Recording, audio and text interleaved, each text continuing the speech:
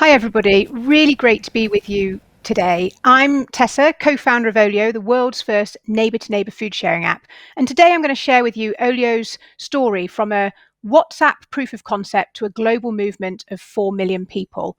I'm also going to cover off why sustainability is important and, critically, what you can do about it.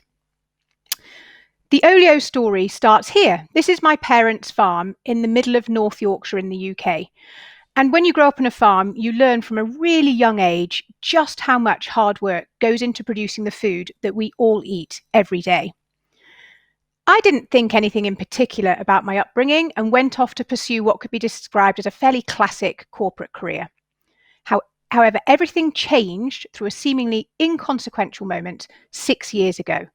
I was living in Geneva and moving back to the UK. And on moving day, the removal men said to me that I had to throw away all of our uneaten food.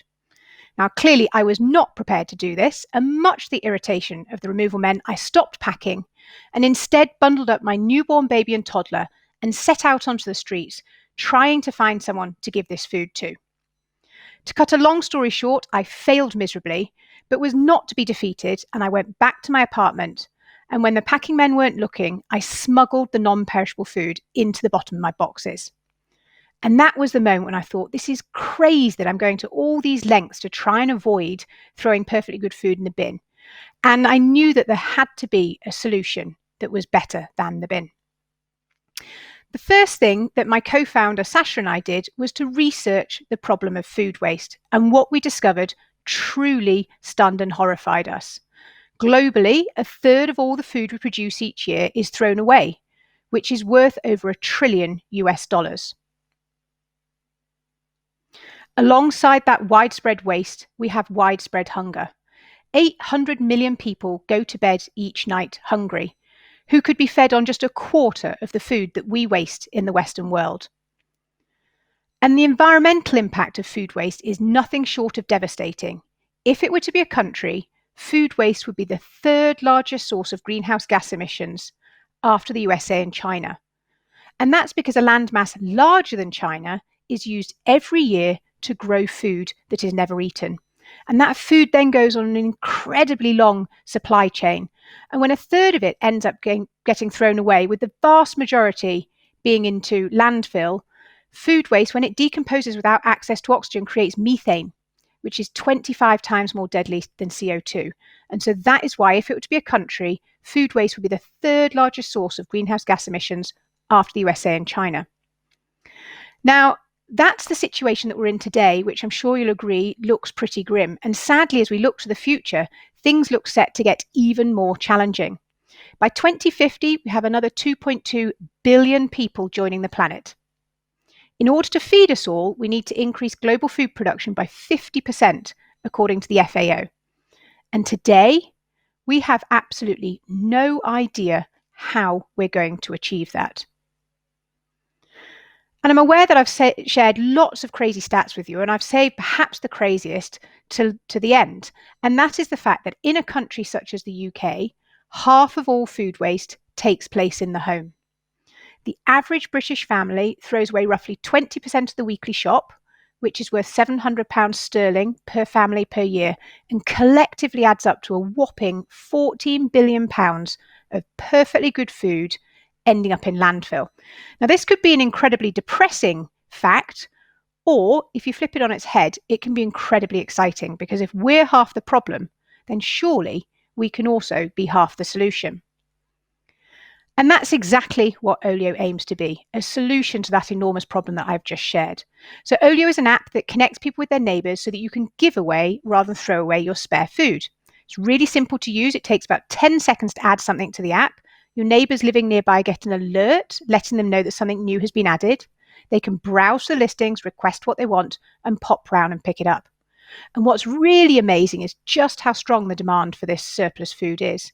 Half of all the food added to the app is requested in less than 21 minutes. Now, OLIO looks like it's an app, and indeed it is, but its real beating heart, actually, the real magic is what takes place in real life on the doorstep. When we are connecting two neighbours to meet one another, to build relationships, and also we hear feedback that People find that using Olio makes them feel empowered, connected, safer because they know who their neighbours are for the first time. And also we're helping to reduce loneliness and social isolation. We are incredibly proud of the impact that we've had to date. Our community of almost 4 million Olioers have together shared 20 million portions of food. That has had an environmental impact equivalent to taking 58 million car miles off the road. And we have saved just under 3 billion litres of water. And what's most exciting is the fact that we are currently doing 0.01% of our full potential. We couldn't have achieved any of this were it not thanks to our 50,000 ambassadors who are spreading the word about Olio all over the world in their local communities.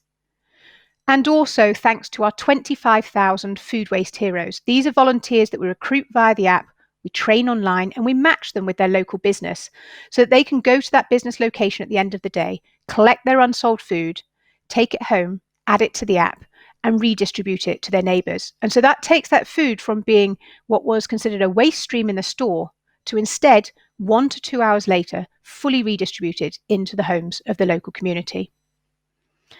And so as we look to the future, our ambitions at Olio are unashamedly bold. We want by 2030 1 billion people to be connected via Olio so that the world's most precious resources can be given away, not thrown away. And as we work towards that future, we are continuing to expand the utility of Olio because Olio isn't just about preventing food waste, it's about helping people to live more sustainably.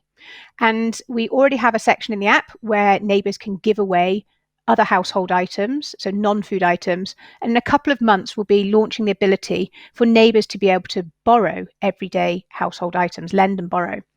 And the reason why we're pushing in this direction is because of the concept of Earth Overshoot Day. Now, Earth Overshoot Day is the day in the year in which humanity has used all the resources that the Earth can replenish in a year. Back in 1969, when it was first measured, Earth Overshoot Day was the 31st of December. And so what that means is that humanity used in a year what the Earth could replenish in a year. We were living in equilibrium of the planet. Fast forward to today, to this year, and Earth Overshoot Day was the 22nd of August. And what that means is that every single thing that every single one of us, 7.5 billion people, consumed after the 22nd of August was net depletive to the planet, which I'm sure you'll agree is entirely unsustainable. And so you might be sitting here thinking, well, how can I make a difference? How can I be a sustainability leader, both in business and also in your personal lives? And I have a couple of suggestions for you. So the first one is to really do some research and some learning around this topic of the climate crisis. I highly recommend these 2 books on the left and also these 2 documentaries on the right. Once you have absorbed the truth and learnt about the enormity of the challenges facing us, you will not fail to have fire in your belly and conviction to do something about it. The next thing I would encourage you to do, or challenge you to do, is to ensure that sustainability is a top 3 priority for your organisation. Not a top 10, not a top 5, but genuinely a top 3 priority.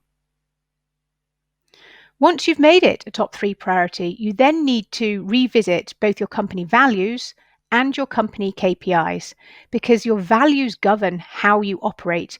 And we all know with regards to KPIs that what gets measured gets done. And it's absolutely critical that sustainability is embedded in both of these. The whole area of sustainability is an area where it's incredibly easy to get paralyzed into inaction due to a desire to get things right, to make things perfect before launching and putting your head above the parapet. And this absolutely cannot be the way that you proceed in this area. This is definitely something where done is better than perfect.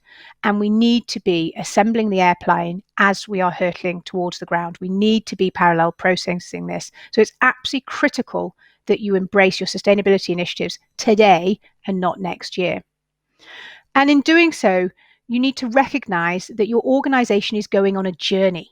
And it's really important to be honest about that, to outline the steps that you know that you need to take to Be honest about the areas where you don't yet have the answers and solutions, but through communicating that with all of your stakeholders, your customers, your employees, your shareholders, you will build trust and authenticity that will be absolutely critical and will enable you to fulfill this journey. As you think about communicating your sustainability plans, I would really encourage you to have an 80-20 balance. It's critical to have that 20% fear, telling the truth, telling the enormity of the problem facing humanity.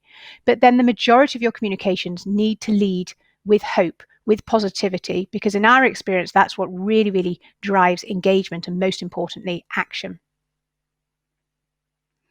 And as you're thinking about how to communicate your sustainability initiatives, I'd really encourage you to avoid what is often referred to as stock sustainability. There's absolutely no reason why we should be leaving our brand values and our unique individual brand voices at the door when we're talking about sustainability. We must move beyond images of plants and trees, water, and the world. Perhaps the most challenging thing that you will need to do as you think about what does sustainability really mean for my business is the need to embrace the concept of the circular economy. This is where the end of life of a product is taken into consideration at the very beginning of life, at that design phase, and where brand new business models that require reuse and sharing of resources will absolutely come to the fore. We cannot just incrementally change our current business models and expect to be able to solve these solutions. We have to embrace the circular economy.